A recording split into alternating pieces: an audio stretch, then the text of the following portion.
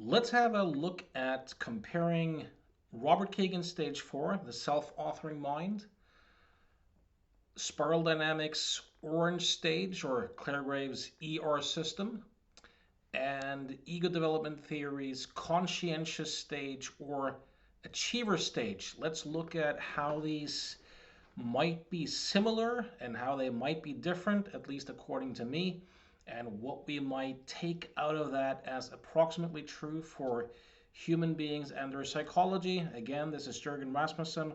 Welcome to the Provocative Hypnosis vlog. Again, let's start with Kegan because his system concerns itself with structure instead of content, so it's always easier to start there. The late psychiatrist William Glasser, the founder of reality therapy and choice theory, very often used to say to his clients that all other people ever really give you is information. And all you ever really give other people is information.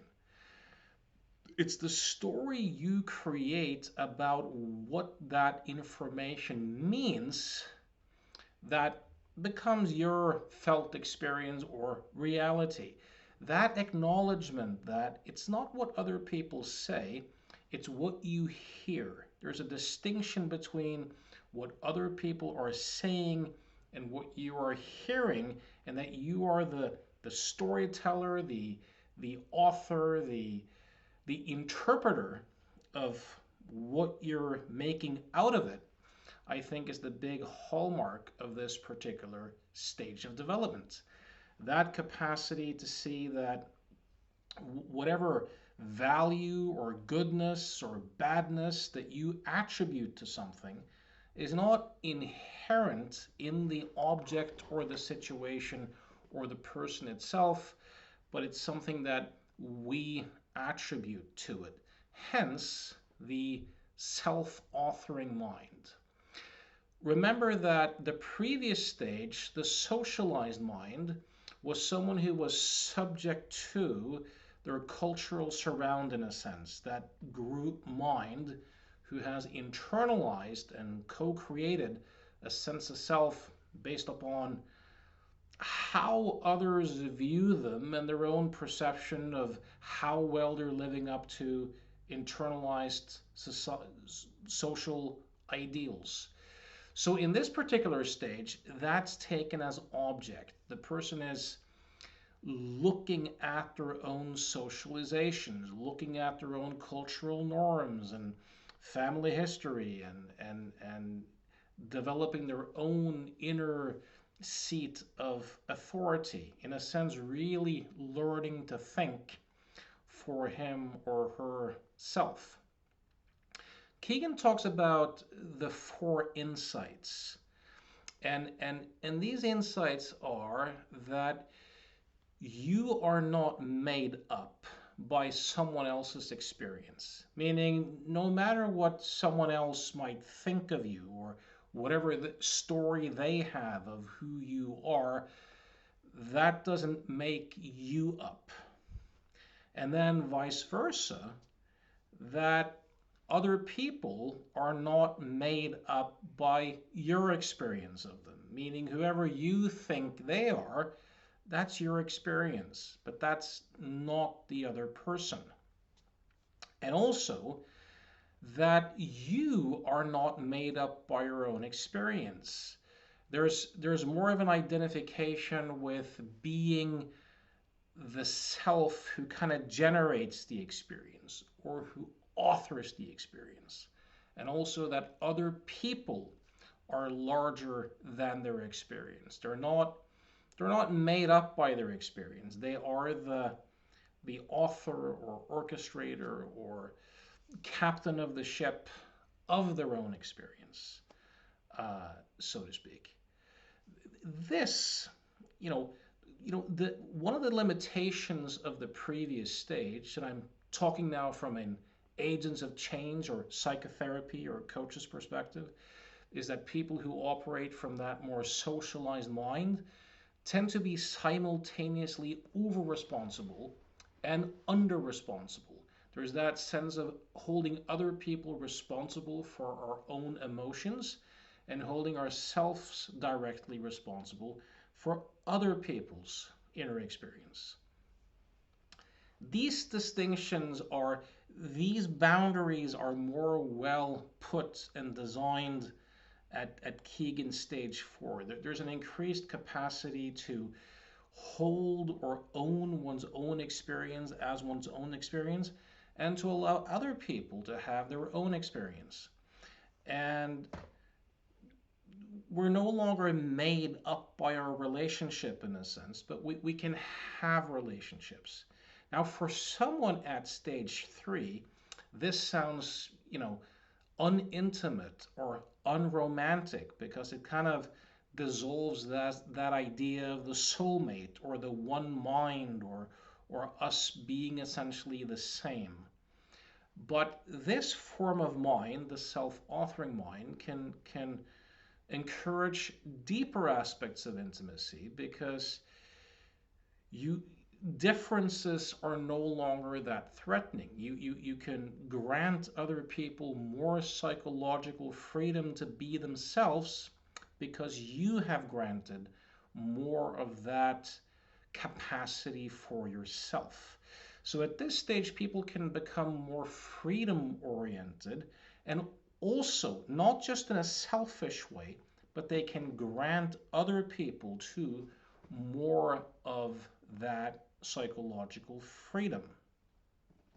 Democracy as a form of life, in a sense, kind of presupposes this form of mind. The same does stuff like freedom of speech. That capacity to think in a more principled way, where you realize that for me to have the freedom to speech, I have to grant other people who I disagree with the same rights. So at this stage, someone can agree to disagree, right? So this is quite an advancement in that sense. Now, it doesn't necessarily say anything in terms of content, whether you might be a Republican, or you might be a Democrat, or you might be an anarchist, or you might be a libertarian, you might be religious. Although if you are, you're going to have more of your own take on it, your own interpretations of it. Or whether you're an atheist or whether you're so-called spiritual, it doesn't necessarily predict any of that stuff at all. It's about a structural capacity. Now, so how does this Kegan stage 4 or self-authoring mind compare to Clare Graves' ER system or spiral dynamics orange, and Jane Loevinger and Susanne Greuter's ego development theory? Well, here's one thing they have in common. I think all these systems would claim that this particular form of mind is the form of mind that kind of underlines modernity. So if you look at modernity and you ask, metaphysically, what's reality, there's more of a tendency to not have a supernatural source of thing, but to have a more materialistic orientation. Epistemology, how do you know what you know? Well, it's less likely to be so much based upon faith or sages and prophets and external authority and hierarchies, but authority lies more in the self and in one's ability to use reason and science. There's often more an emphasis on objectivity, on testing things and doing experiments and reaching consensus in that way.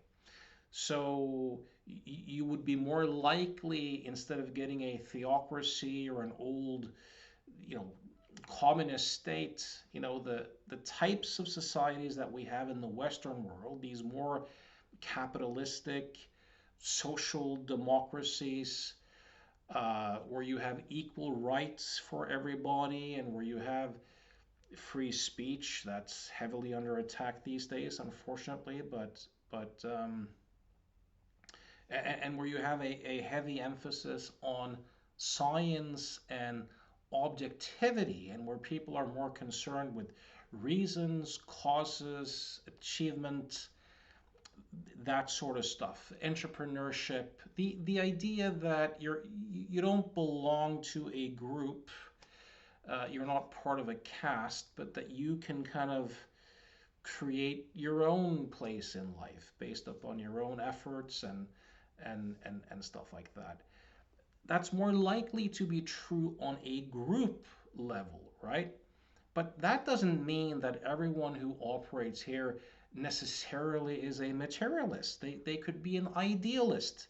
It doesn't necessarily mean that they will have an interest in science or the scientific method, nor does it necessarily mean that they will be an atheist or a supporter of democracy. And I think, again, this is one strength of Kegan's model, is that it doesn't concern itself with themes and motives and personality tendencies so much. It doesn't predict those things. Whereas I feel that ego development theory and spiral dynamics more tends to make predictions about what the person will be interested in, and what themes might gather their attention. I mean, you probably can, at least on a group level, say that something's more likely than not to be the case. So if you remember that second video I did where I talked about cannibalism and the blue, not the blue, the purple system in spiral dynamics, you know, unless you're starving to death, cannibalism probably only makes sense if you operate from that purple system. Or if we look at, for example, honor killings or jihad, or forced marriages, these sorts of phenomena, it probably only makes sense from that socialized mind or spiral dynamics stage blue, right? So, but if we look at spiral dynamics, the theme there of the orange system, Graves ER system, is express self, but do it in a calculated way.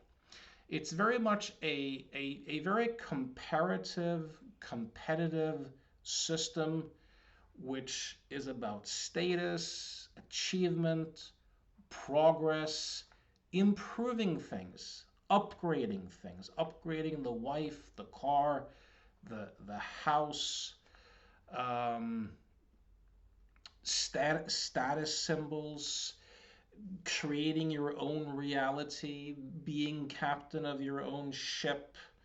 In seminars I attended on spiral dynamics, they would often talk about Wall Street and Rodeo Drive and privatization and capitalism and Ayn Rand, as kind of examples of this system. Um, but I think there are large differences here with Kegan stage 4.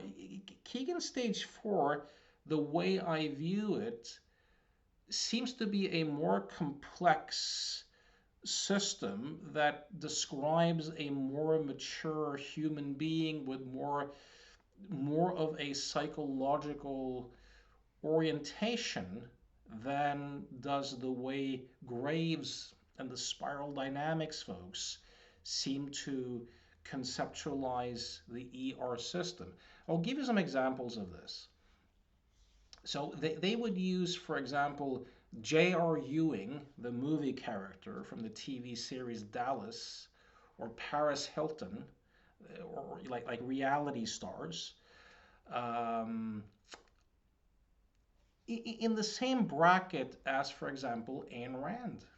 And I think this is problematic because if you grow up, let's say, in a capitalistic or more corporate state, if you will, that these Western societies are, and you become an entrepreneur and you're looking to make money and you're looking to compete and do these sorts of things, that doesn't necessarily imply that you have much perspective on your own socialization. You may not have any perspective on it at all. This might be more of a socialized mind or a socialized self-authored mid-zone than a fully self-authored mind. So for example, if you compare, let's say, a entrepreneur who's looking to make money and who's looking to progress and gain status and live in a large house, if you say that, oh, but because the person has those particular, let's say, orange values, then he and a philosopher like Ayn Rand, since they use her Atlas Shrugged as an example of the ER system, that's the same value system in a sense. But I would claim that whether you agree with Ayn Rand's philosophy or not, she was a person who had really taken a step back from her cultural surround, both in the Soviet Union and United States, and had her own take, her own perspective, her own evaluation on these things and generated her own values. That to me seems more congruent with Kegan's stage 4. Now, I like to read a couple of things here again from, this is Clare Graves' book, The Never-Ending Quest, edited by Christopher Cowan and Natasha Todorovic, just to give you a taste of how they conceptualized this particular system. So listen to this. He believes that this is orange or ER. He believes he has the right to force the weaker to pursue his ends. He thinks in terms of it being right to receive and to aspire beyond what one's class is. Guilt over being and wanting recedes. Bend the rules, don't break them is the dictum. Promote the individual self, but carefully. This is a slightly different flavor, I would say. Let's see here. He believes that competition is the spice of life. He believes that those who demonstrate that they are superior in the use of power have the right to set the rules, make the laws, and to force the weaker to pursue the ends outlined by the superior person. To him, it is right not to keep faith when to do so would harm his own self-interests. It's right to deceive, and it's right to connive if such is necessary to achieve one's goal. Fraud and manipulation are necessary means to the end, and cruelty and fear are only tools to be properly applied. This sounds like a psychologically less mature and evolved person to me. It sounds more like Kegan's stage 2, if you go back and watch that video, which is why I not concluded, but kind of said probabilistically that I think that a character like Donald Trump, for example, has more of a home in Kegan's stage 2, but simultaneously he's a rather good fit for Spiral Dynamics orange stage, while he also obviously has a lot of red. There's something else here too. A person operating at the 5th level has no compunction whatsoever about taking whatever he can get. He doesn't feel guilty to sit at a supper table and take more from a little kid.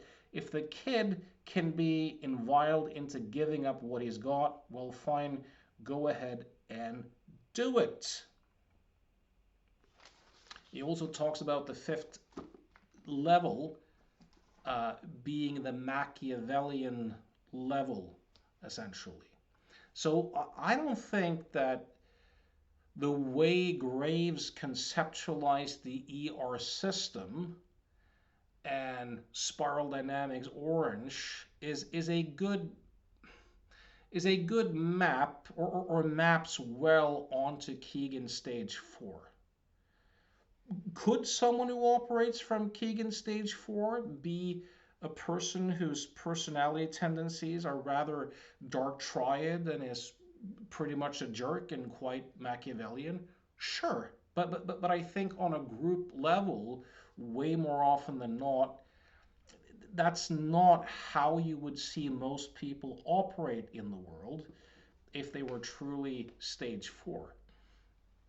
Now, Jane Loevinger and Susanne Greuter, when they describe ego development theories, conscientious level or achiever stage, it's a stage of peak formal operations. It's a stage where the boundaries between self and other are most tightly drawn. There's an emphasis, according to them, on objectivity, reason, causes, goals, achievement, using time effectively, a belief in the perfectibility of man pretty much through science. So that seems to kind of could fit relatively well with Kegan stage 4, although I would make the claim that let's say that someone's brought up in a family and they're academically inclined or they're rather bright, and they might be 13 years old and they might have those interests, right? Or be socialized into that without necessarily having that self-authored mind going on. I'll read a couple of quick things here too also from, this is my manual from when I trained with Susanne Greuter back in 2010. So listen to this. The mood of the stage is earnest conviction, seriousness, idealism, and enthusiasm usually towards action, right? You don't hear any about that in Clare Graves's conceptualization of the ER system. Conscientious adults have internalized societal standards. Do I live up to what I believe in is a serious concern, and guilt is a central emotion. When aggression is turned inside, self-criticism can be severe. These individuals can fall prey to hypercritical, neurotic self-criticism, especially because their plans and intentions are so single-minded and high-aiming.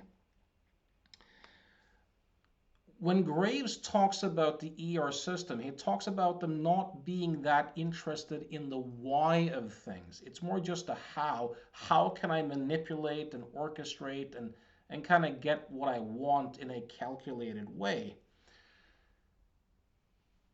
Loevinger and Greuter's achiever stage seems to me to be a step beyond that in terms of psychological complexity and being psychologically oriented. So, here they say there's a greater capacity to observe one's motivations across different periods and different actions. Why do I do what I do?